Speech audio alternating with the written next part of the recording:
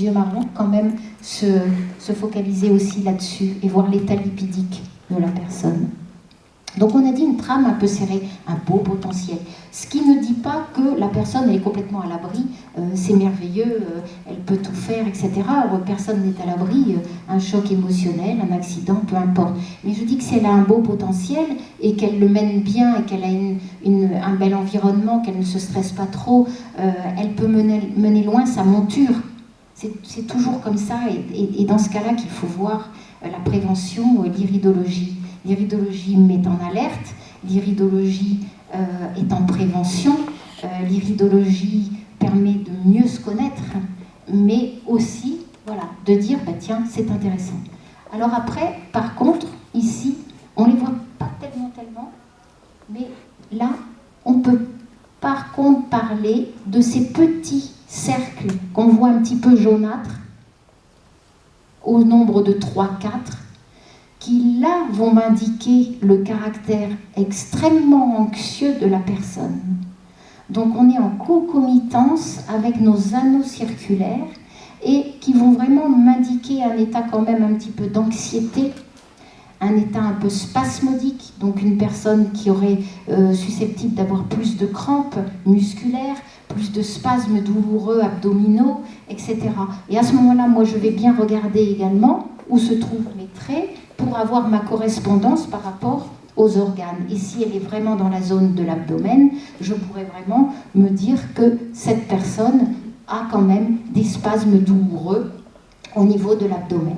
Ce qui, ici, dans ce cas précis, on les voit très bien, se retrouve ici. Et je pourrais lui dire que c'est une personne qui se bouffe la rate. Et donc, puisque j'ai mon organe de la rate. Donc là aussi, c'est pareil. Cette personne, si elle veut aller plus loin, si elle veut, c'est aussi une alerte à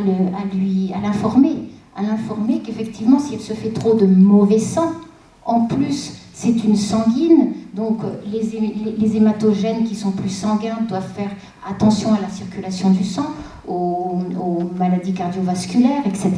Donc on peut dire, on peut l'alerter. On peut la mettre justement, éclairer un petit peu et dire, ben voilà, on a ça, arrêtez, c'est facile de donner des conseils.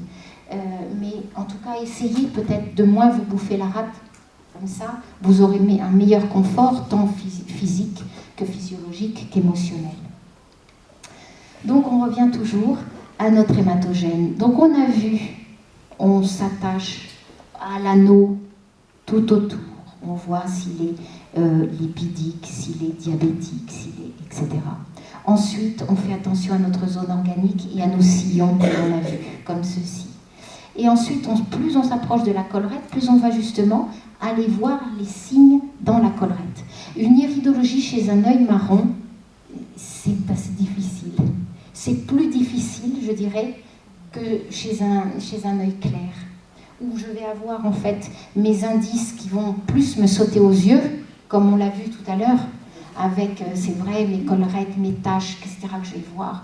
Et chez un hématogène, et encore plus chez un hématogène vraiment, quelqu'un qui a les yeux presque limite noirs, c'est assez difficile.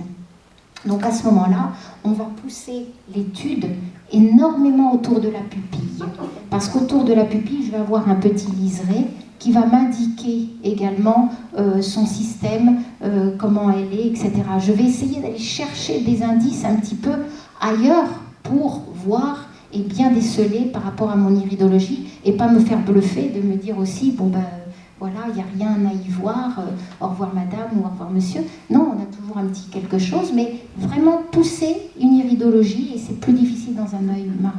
Ça après, c'est moi, peut-être que d'autres iridologues, voilà, mais je trouve quand même que la lecture irienne chez un œil marron reste, il faut être très attentive, très attentive. Alors là, par contre, au niveau de la collerette, je vois mes lacunes ou mes trous assez foncés, assez noirs peut-être même. Donc en fait, quand je vois ça, je me réfère bien sûr, puisque je suis toujours dans mon œil gauche, je viens par ici.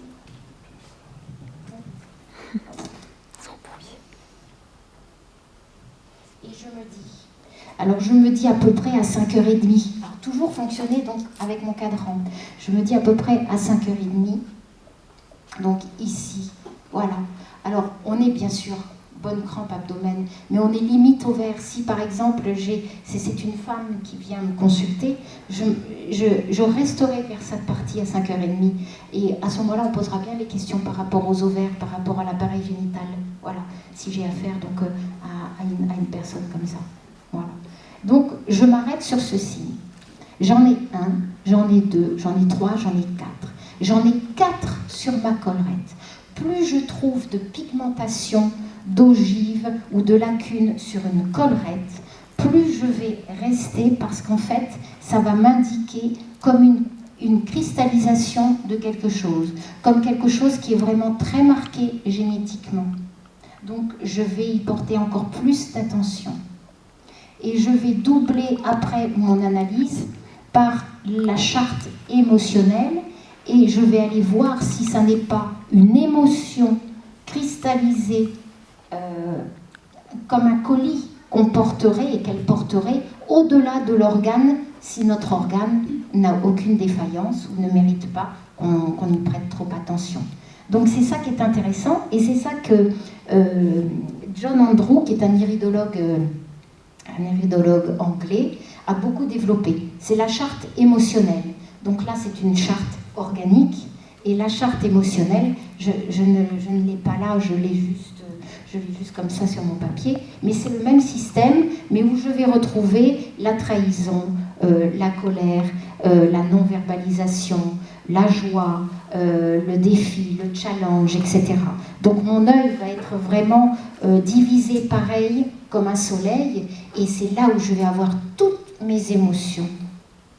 Donc en fait, quand j'ai une lecture comme celle-ci, et que j'ai vraiment un point ici important, je vais m'y intéresser.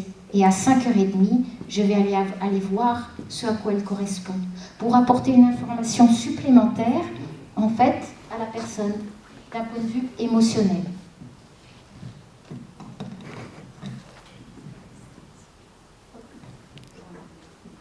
Ça va, tout va bien? Oui. C'est simple, c'est clair? Oui. Parce que, voilà, c'est vrai que c'est pas, je ne veux pas mettre des termes trop compliqués. Donc, en fait, à 5h30, je me retrouve face à une identité. Une identité. Donc, en fait, le challenge de vie de cette personne à laquelle je fais une consultation, dans son challenge de vie, au-delà de l'organe, son besoin d'identité et d'affirmer son identité va être triplement d'actualité. Et c'est là que vous pouvez même dialoguer avec la personne, posez-lui les questions, le père, la mère, les arrière-grands-parents, vous a-t-on laissé la possibilité d'avoir votre identité propre ou non? L'ont-elles eu eux-mêmes? Peut-être pas. Donc aujourd'hui, c'est le moment peut-être de quitter votre colis et d'avancer et de travailler davantage là-dessus.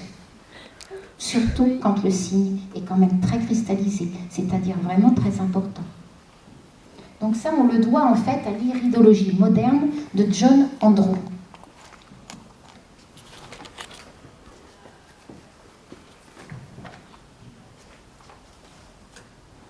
Alors, après, qu'est-ce que je pourrais vous dire encore sur l'iridologie? Alors, l'iridologie, on peut y voir donc ce qu'on a dit des constitutions, on a parlé des deux grandes familles, et on a parlé en fait des familles des yeux bleus, des familles des yeux clairs, et ce qu'on peut y voir en fait, c'est ce qu'on appelle donc nos terrains. Et on a des grands terrains, et un terrain dépressif, on peut le voir en iridologie. Voilà. Alors, un terrain dépressif en iridologie, ouais, je vais poser mon micro, puis je vais vous mettre d'autres yeux, parce que je trouve que c'est parlant de regarder d'autres yeux.